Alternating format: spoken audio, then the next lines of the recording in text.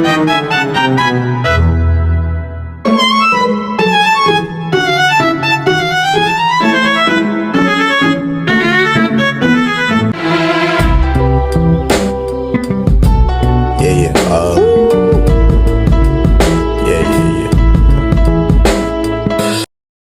baku adalah bahasa yang mengikuti kaidah dan aturan resmi, seperti yang tertulis di PUEB.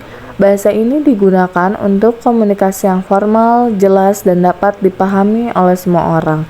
Di lingkungan kampus, bahasa baku sangat penting, terutama dalam tulisan akademik, laporan, atau presentasi resmi. Misalnya kata menyampaikan, mengikuti, atau mahasiswa.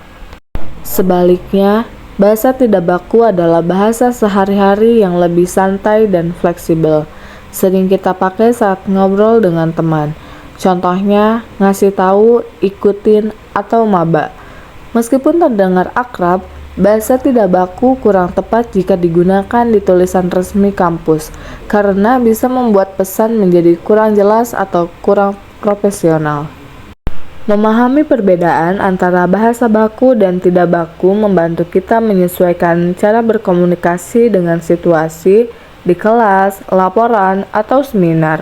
Bahasa baku menunjukkan profesionalisme dan keseriusan, sedangkan bahasa tidak baku tetap bisa digunakan untuk bercakap-cakap santai, menjaga keakraban tanpa mengorbankan aturan resmi. Bahasa Indonesia merupakan bahasa pemersatu bangsa. Dalam kehidupan sehari-hari mahasiswa, kita menggunakan dua ragam bahasa, yaitu baku dan tidak baku. Video ini akan menunjukkan perbedaannya serta mengapa bahasa baku itu penting, khususnya dalam lingkungan akademik.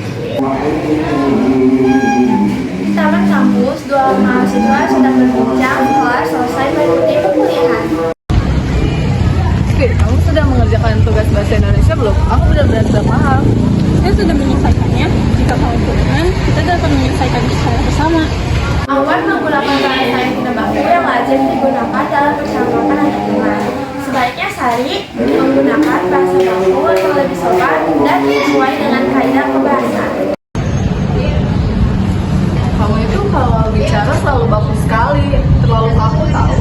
Saya sudah terbiasa dengan bahasa baku, terutama ketika saya berkenalan.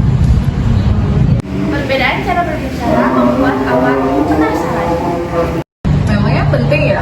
Selama orang mengerti maksudnya, bukankah sudah cukup? Saya memang berpikir tapi juga menceritakan kecepatan, kesopanan, dan juga rasa hormat. Contohnya bagaimana? Perhatikan, ini merupakan beberapa contoh kata yang kita gunakan sehari-hari.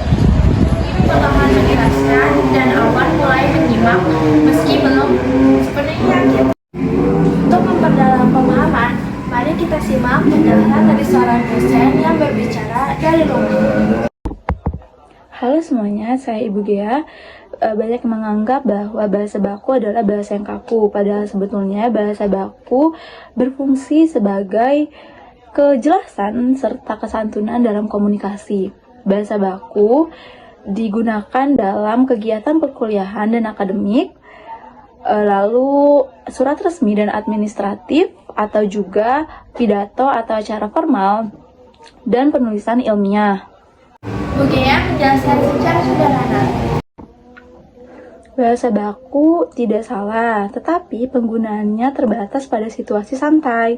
Yang penting adalah mengetahui kapan kita menggunakan bahasa baku dan tidak baku, seperti berbicara kepada dosen, berbicara kepada atasan, atau berbicara kepada orang yang lebih tua. Seharusnya kita menggunakan bahasa baku agar terdengar lebih sopan. Setelah penjelasan tadi, Awan mulai memahami. Bukan supaya terlihat keren ya, tapi agar lebih sopan dan jelas. Tepat sekali.